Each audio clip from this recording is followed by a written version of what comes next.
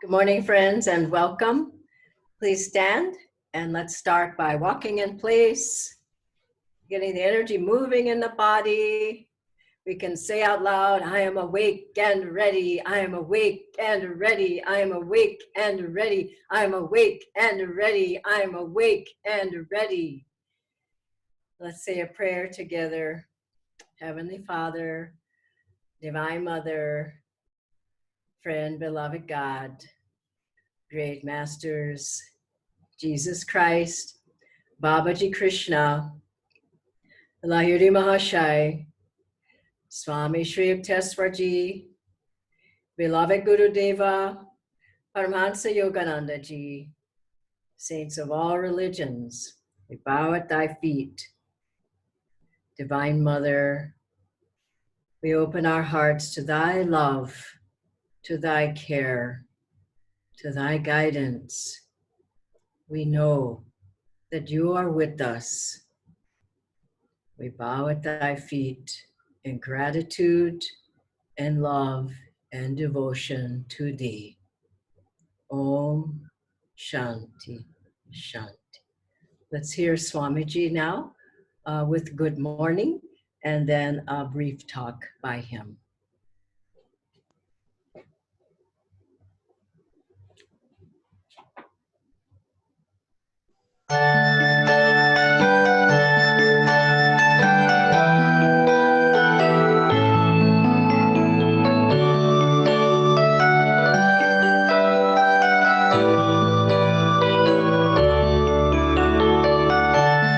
Good morning. The secret of happiness is living in, but not for the moment, in the eternal now.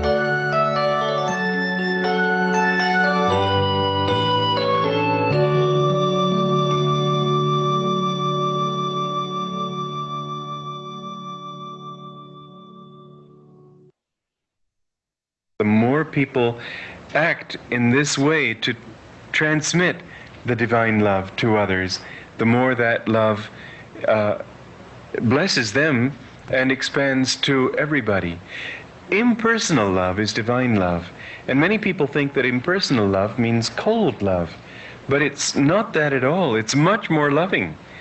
Personal love, human love, is love with expectations. Instead of loving, it's thinking, what am I getting back? Loving for motives, loving this person because you'll get something from this person, loving this person because this person is your son or your wife or husband or whatever it might be, your friend. But to love everybody means to love as an instrument for the flow of divine love itself. To love everybody in an impersonal way does not mean an abstract way in the sense of cold or uninvolved or uninterested. It means to express to people the love of God Himself. This is the kind of love that saints express. When I have sat in the presence of great saints, I have felt overwhelmed with their love. And yet I knew there was not the thought in them, I am loving you. It isn't I love you. It's that I am in God's love, and God's love is incapable of not loving you. God's love is always there. God's love is always flowing outward to those who will receive it. It's a much deeper, much fuller, and much more. Why is it that people are so inspired when they come to saints? It's because they know that the saints don't want anything from them. They are interested only in what their needs are, what the devotees' needs are. Now this kind of divine love, as opposed to human love, is something that we can get gradually. You don't create a piece of jewelry by just mining the gold out of the earth. You have to beat it, you have to work it, you have to carve it. It takes a lot of time. And the same thing with divine love. It's something which we have to learn gradually on the anvil of human experience and of human suffering. Theoretically, we shouldn't have to suffer. Theoretically, being children of God, we should just be able to reclaim His love and go into Him. God certainly doesn't want us to suffer. But in actual fact, I don't think anybody's ever found God except through suffering. I don't mean suffering was the whole story, but it was always part of the story. It's as if through suffering we learn, just as the principle of tragedy softens the heart and makes the heart more ready to receive. It's less encrusted in its own ego.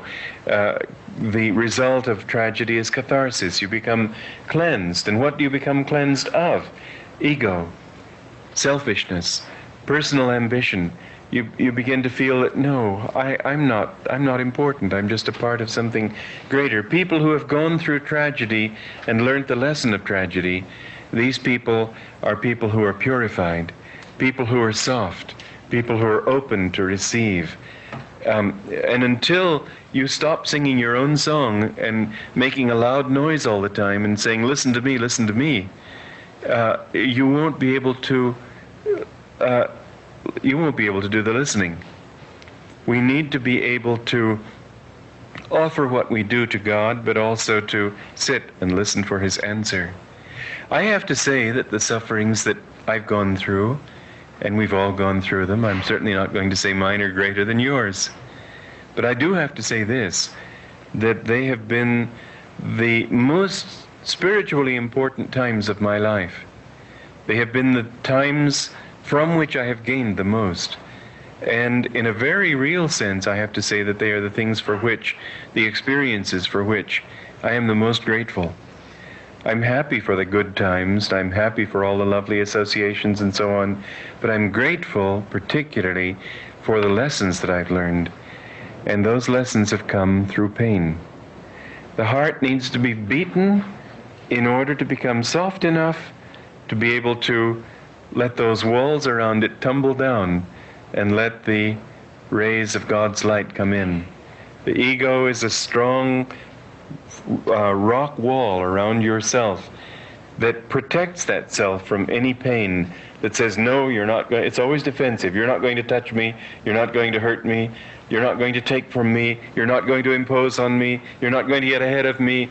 All these things that the ego's always doing, and each one of them is a stone, like that wall that we built out, that Brahm built out there. Each one is a stone set in cement and enclosing your whole heart. You need to have those beaten down. Suffering gives you the incentive. Under the impact of suffering, usually because it's something we don't choose, usually because it's something over which we have no control, because if we had any control, we would avoid it.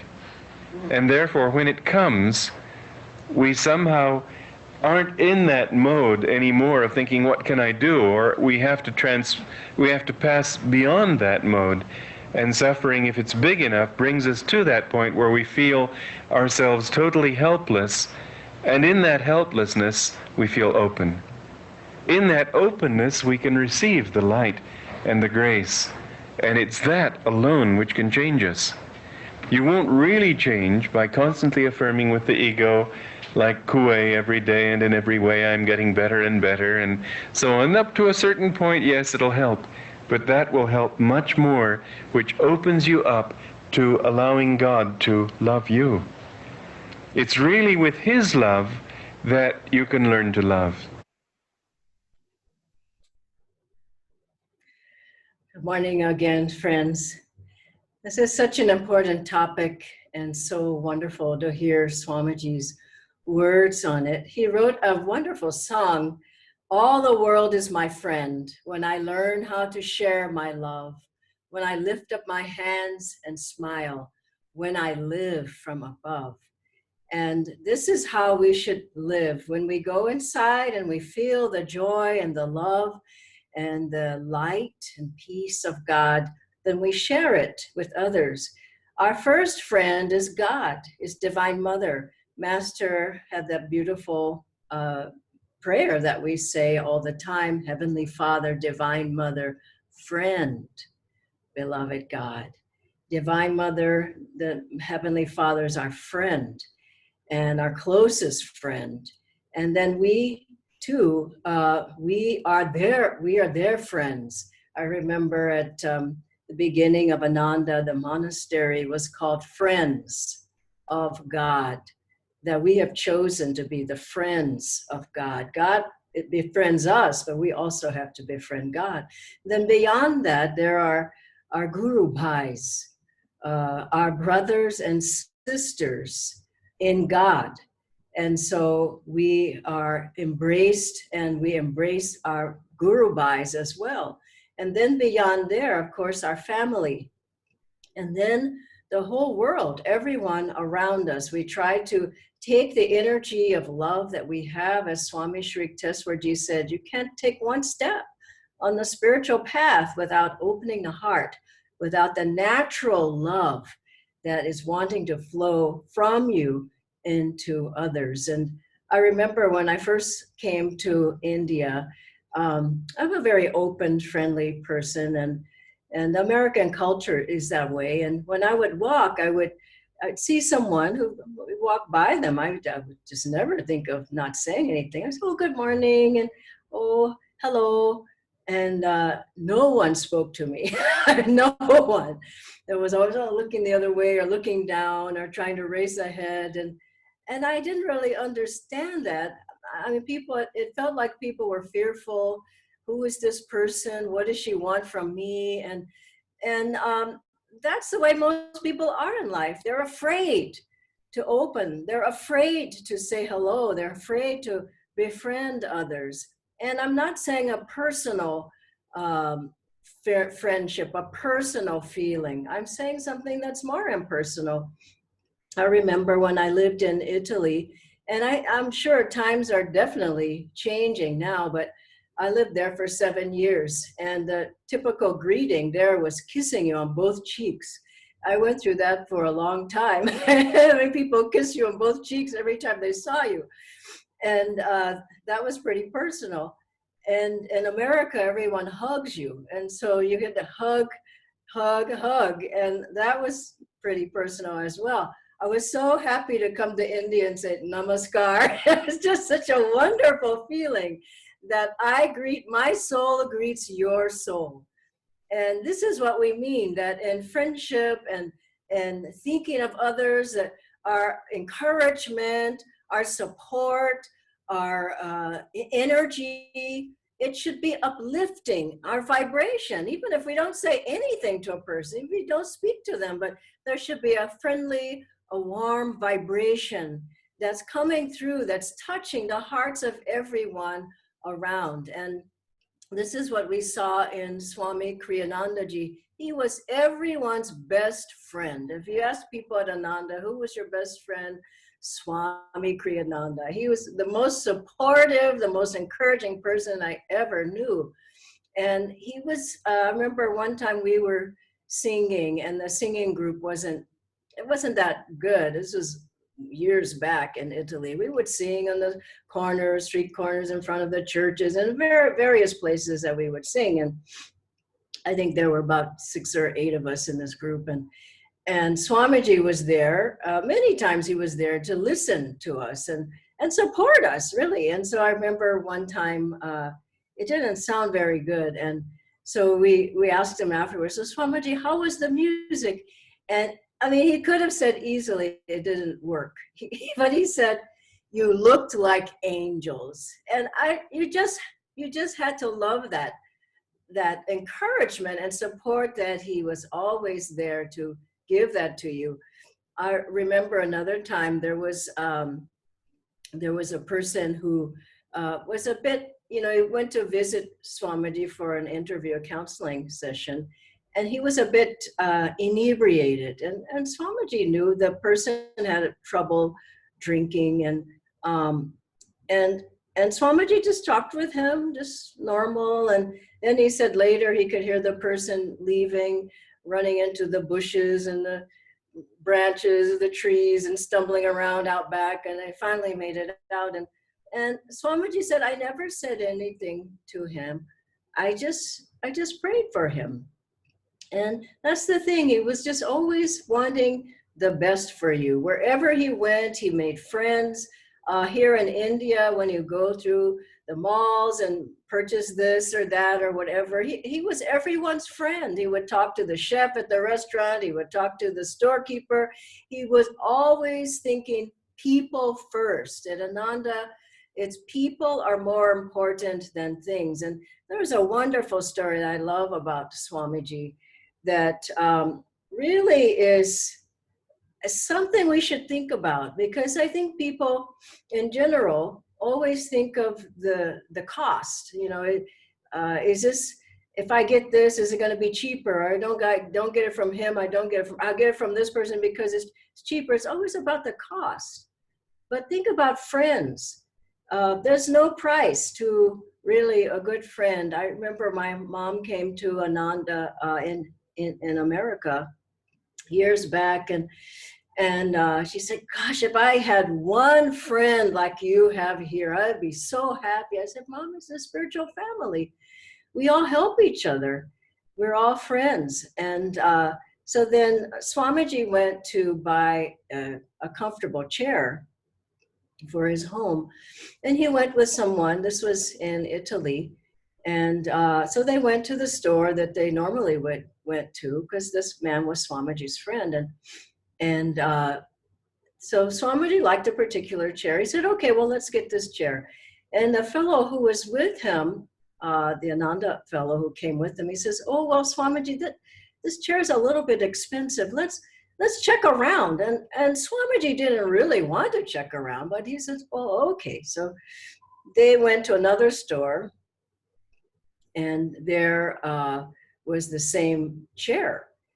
And the chair was, you know, was a little bit less than the other chair. So the fellow who's with Swamiji says, oh, see, I told you, here's the same chair and it's less expensive. Let's get this one, Swamiji.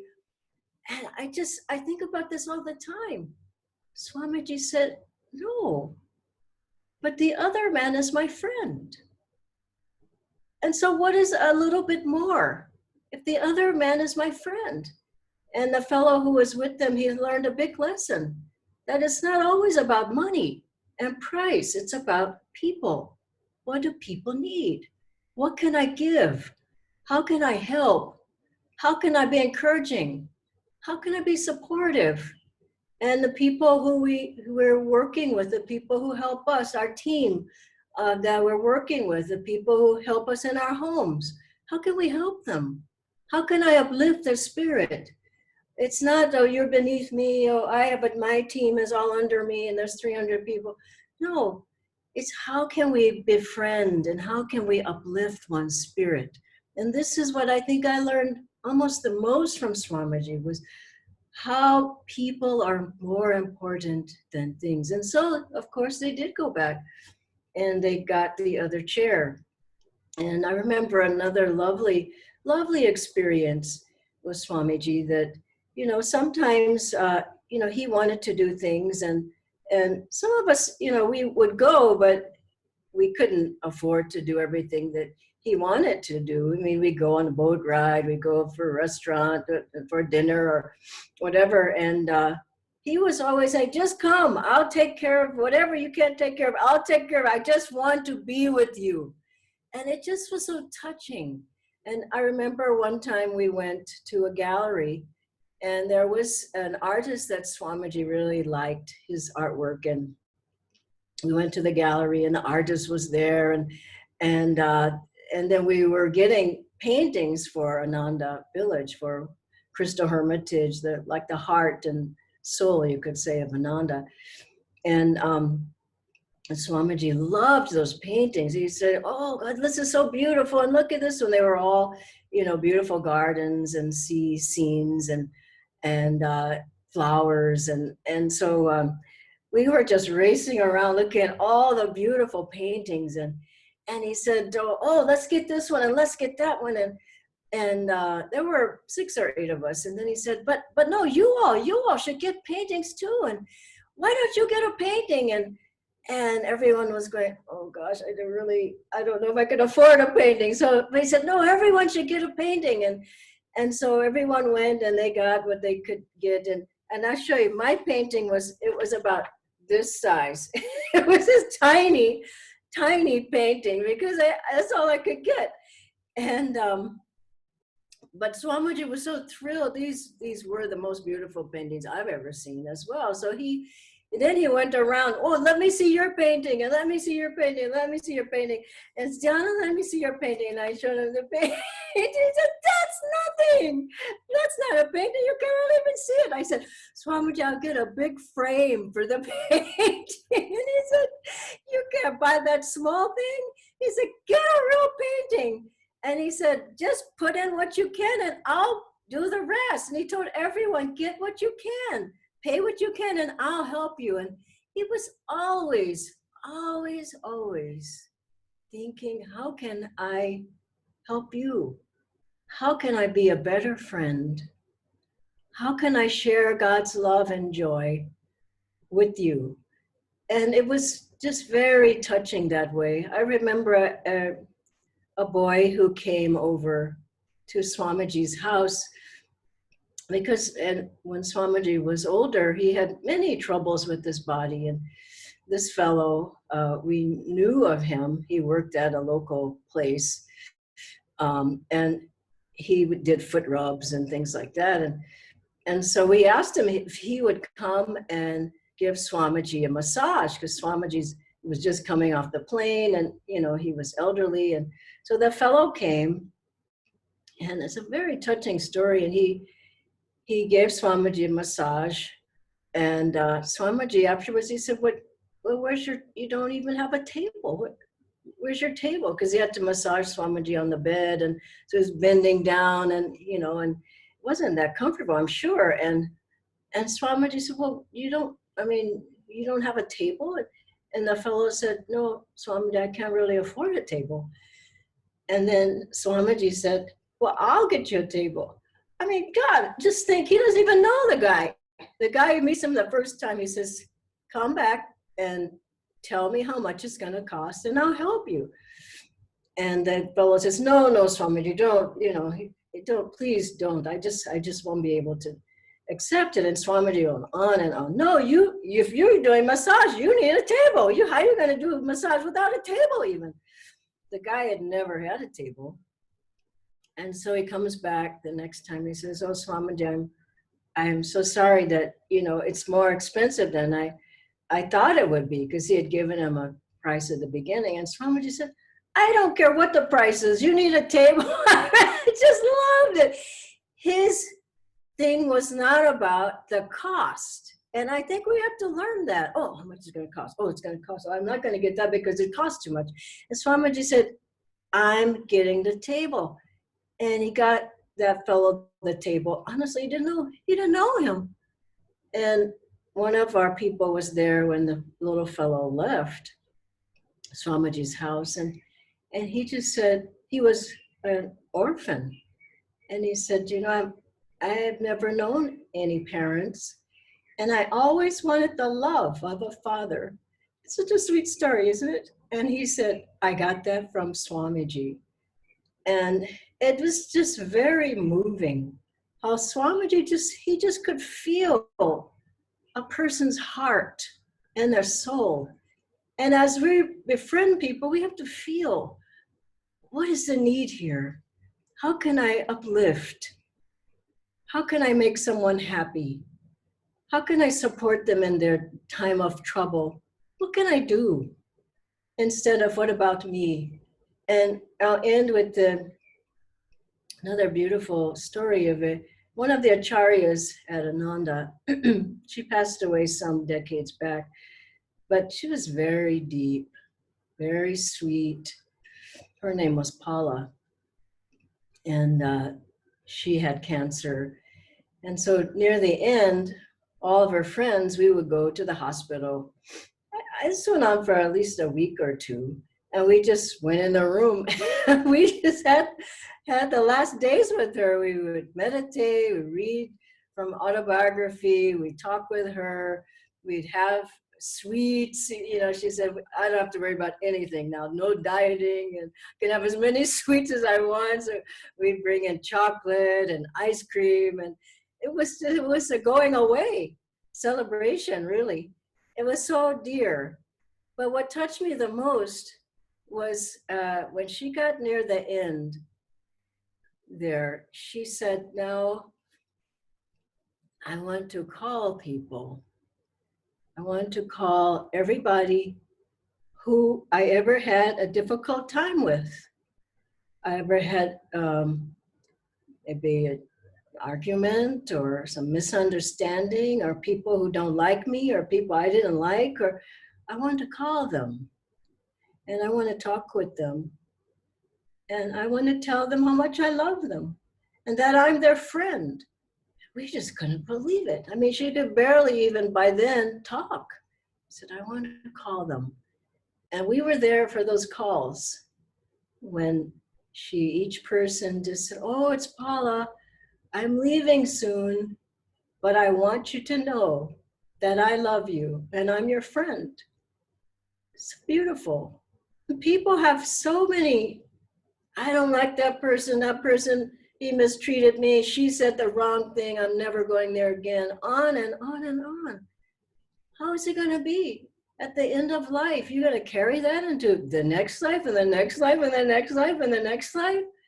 You have to be able to say, I let it all go because God's love and friendship is in me, and I give that to all.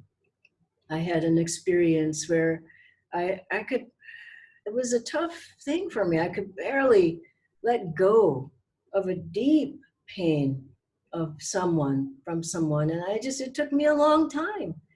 And at a certain point, I remember I could let it go. I could let it go. And I felt like I could just start levitating. I felt so much more energy. I felt so uplifted. And I just in my heart said, I forgive you. And I don't hang on to that anymore. In your life, look at your family, your relatives, your friends, whoever, and just let it go. And let God's love come through you to bless them, not curse them, not put people down, but say, I am your friend. I give you God's love. God bless you and have a wonderful day.